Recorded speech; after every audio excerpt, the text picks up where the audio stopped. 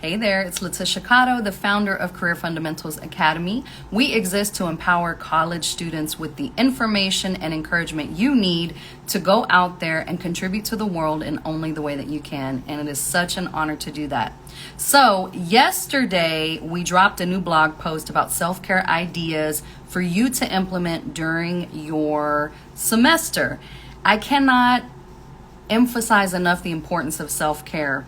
Now, for many reasons, I think self-care kind of gets a bad rap of being like woo-woo or new age or whatever. But the way that I think about it is that if we had a construction company and, we're building things and it's super important that we meet our deadlines, we come in under budget. From a business perspective, any machines that we have that we're using for this construction, whether it is an excavator or a dump truck or a belly dump or all of the big trucks that you see on the side of the highway when there's construction, it is in our best interest as a company to make sure that we're doing preventative maintenance on those machines. In other words, giving them routine checks, making sure that the oil is changed, that the tires are good, the brakes are good, everything is up and running and on schedule. Because what we don't want to happen is that we get caught slipping, the machine goes down, we can't finish what we set out to do that day or that week, depending on how fast we can get a mechanic out there to fix it. So not only are we wasting time, we're losing money. In fact, we're spending more money, and the project can be at risk, especially if that happens more than once. So again, if we were a construction company, we would make sure to take care of our machines. And yet when it comes to us as human beings and as assets to our company, we don't do that. We will run ourselves ragged until we're on E. We will put too many things on our plate and we'll be stressed. And oftentimes you'll see people bragging about it. They'll brag about, oh, I pulled an all-nighter, or I have all of these things, right? Our to-do list, which is a huge sense of stress, for some people is a huge sense of pride because they say, oh my God, I'm tackling all these things. And let me tell you, the older that you get, you realize, nah, man, that's for the birds. Like, I need to, number one, take care of myself. Number two, I need to figure out what is the best use of my time and my talent and do more of that. And then number three, really understand the role that I play within a company and why me being at my best is better for the company and better for the world. You see, it's very hard to show up with your A game, to be at your most creative and your most productive if you're exhausted, if you're stressed, if you're worried, if you're frustrated. And so self-care can really be those preventative maintenance strategies for you, especially throughout the semester, because you've got so many different things that you're juggling. You want to get good grades in your class because you want to get a good GPA. You're going to start the process of career development. Recruiting, you might be looking for a full-time job if you're a senior, student organizations, social activities, family activities, right? And you want to be able to balance all that with equanimity and grace. And so over the next couple of days, I'll be sharing with you some tips that have been helpful to me, not only when I was in college, but also afterwards. So these are self-care strategies and ideas that you can implement for the rest of your life. Now, one thing that I want to say to you is that when you start anything new, oftentimes you are not good at it. In fact, you probably suck at it, and it makes you not want to do it because you feel like a beginner. You may feel like you're doing it wrong, but it's all a process. And the only way that you get better at anything is through practice. Some of us are naturally gifted and most of us are not. And so I think if you can learn to love the progress and the process and the practice of it, you are more likely to stick with it and understand that, Rome wasn't built in a day. And so, the first time that you do an EFT session or you meditate or you try affirmations or some of the stuff we're going to be talking about this week, you may feel like it's not working and you're not good at it. And that means that you're right on track. So today, I want to talk about meditation. And I know there's a lot of misperceptions about meditation out in the world. One of which being it's, part of like a religious belief, and it's really not. We'll break that down in a minute. Another thing I've heard is I can't make my brain stop thinking. Well, actually, with meditation, the point is not for you to stop thinking. In fact, that's impossible. Your brain is such an amazing machine. It will always do what it's designed to do. So from the moment you wake up to the moment you fall asleep, you will think. Meditation actually helps you to increase your focus and to discipline your mind. So even though you start thinking a million thoughts, you bring your focus back to one anchor point. And so it's just the process of bringing your mind back to a particular anchor, a particular focus over and over again. Now, why is that important? Because as you are in college, and even when you get out into the working world, there's going to be so much going on, so much noise around you, differing opinions. You're going to have to be making decisions. You're learning. A lot of stuff is new.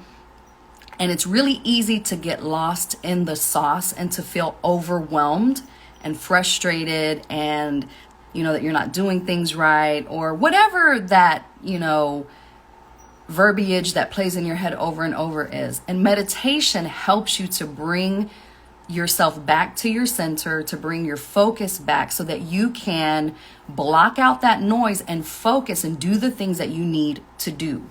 And so to me, meditation is a very practical tool for students and for people out in the working world, because you're absolutely going to need that skill of focus and a disciplined mind. Because if you let your mind wander in the many different directions that your thoughts can take you, that is not the most productive or efficient use of your brain power. And in fact, it makes you feel bad. And when you feel bad, again, you can't be your most creative, your most efficient, your most productive, your most charismatic self. You can't show up and operate with excellence if internally you feel like a hot mess. And so meditation, again, is really about bringing your focus back to an anchor. Sometimes it's your breath. Sometimes it's a particular mantra or a sentence that you repeat to yourself. Or sometimes it's, a physical part of your body.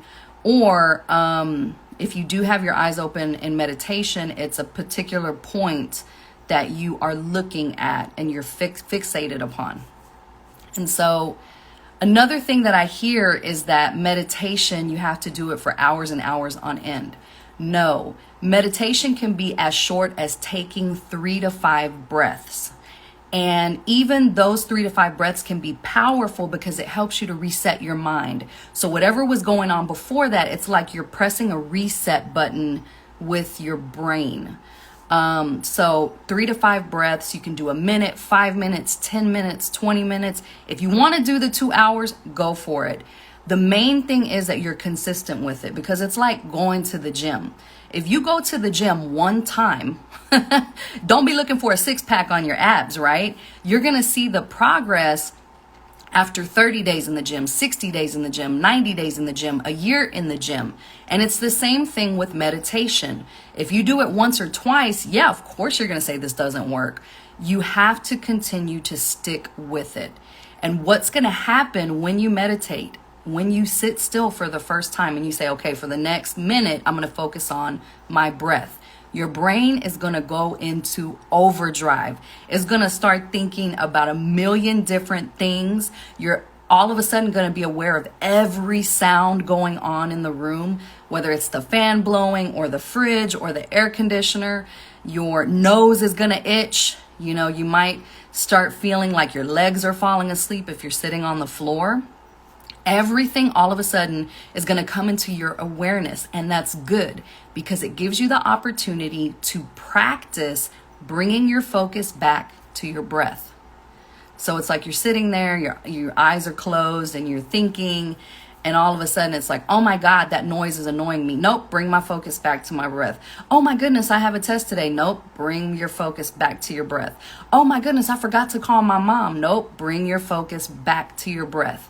over and over again. And what will happen over time is you will strengthen that ability and you'll be able to do it easier. It's not that the thoughts go away, they never do. It's that you strengthen the skill of bringing your focus back over and over again. So again, meditation is very powerful because it helps you to focus on what's going to move you forward and not what's holding you back. It teaches you that you have so much power over your mind. So even if you can't control what's going on around you, you absolutely have 100% control over the thoughts you pay attention to, over the way that you react to things going on in your life, and the way that you choose to show up, right? We talked about yesterday operating with excellence, having your own code of ethics. Meditation can help you manage your stress. It can help you be intentional with the way that you show up, and it can help you to focus in on the things that you have to do. But it is very much a practice. You never completely master it. It's only about the progress. So right now, let's just hop into it. The only way to do it is just to do it right where you are. And this will feel awkward. And if it feels awkward, congratulations, that means you're doing it right. Right where you are, sit up nice and tall. And if your shoulders are up to your ears, bring them back and down. And feel for the length in your spine. Now, I prefer to keep my eyes closed because if my eyes are open, I'm going to get distracted big time. If you don't like having your eyes closed and you don't feel safe with that, that's a-okay. Pick a point in the room that's not moving and that won't... you won't start like judging it, like, oh my goodness, I need to fix that painting, it's crooked, right? You can use the tip of your nose. You can gaze gently down in front of you. You can sit in a chair. You can sit on the floor. You can meditate anywhere except for like if you're driving or moving vehicles or watching kids. Like, you want to make sure that you're safe and that the people around you are safe as well, and that you're aware of your surroundings. So always be safe. With your hands, you have a couple of options. You can put them on your legs facing down or facing up. You can put them on top of your heart space or on top of your belly button. Those help you to tap into different energies in the environment, I guess you could say. And yeah, we're just going to do it. So close your eyes. Take a moment to scan your body. Now I'm going to keep talking throughout, so just listen to my voice. And just take a moment to check in with your body. Your body is the vessel through which you will achieve your goals and your dreams, and you'll make life happen. And just notice the areas that maybe have a little bit of tension or you feel tight.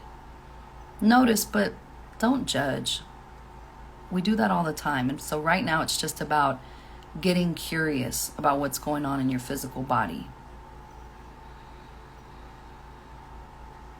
Now start to pay attention to your breath. And as your breath enters your body through an inhale, follow it as it moves through your body. Notice the rise and the fall of your chest, and the expansion and the contraction of your belly. And again, this is all about observing and getting curious. It's not about, judging or comparing or competing. And when a thought enters your mind, that's okay. Can you bring your focus back to the sound of your breath? In fact, I like to make my breath audible, to where it sounds like a seashell or the sound of the ocean.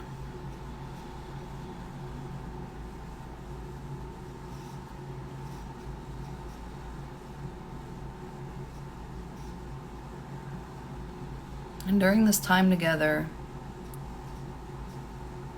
can you truly just be here? And if stuff comes up, that's okay. That's good. Your brain is doing what it's designed to do. But again, Bring your focus back to your breath.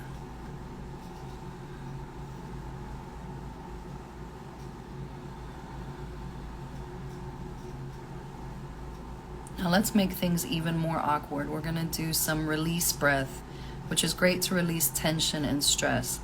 The louder you make this, the better it is. So let's make it super awkward. Inhale through your nose. And on the exhale, let it go. 2 more times. Inhale. Let it go. Last time, inhale. Exhale.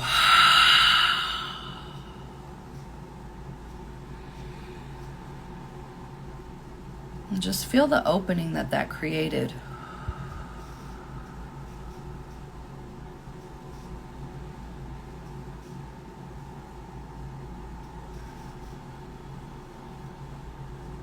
On your next inhale, open your eyes.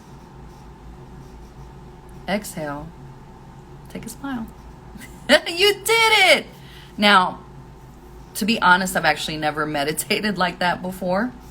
So I felt awkward, and I'm not going to let that stop me, because it feels like, again, like we just pressed the reset button. So feel free to revisit this video as many times as you need. Save it. Share it with a friend, someone you know that's kind of struggling with stress and trying to keep up with all of the demands of the semester. You don't have to do 2 hours, 20 minutes, 10 minutes. Even just 3 to 5 really deep breaths can help you press that reset button so that you can show up to life intentionally, and you can manage the stress and really choose what you focus on. You are so powerful. You are so needed in this world. We need you at your best. We need your voice. We need your vision.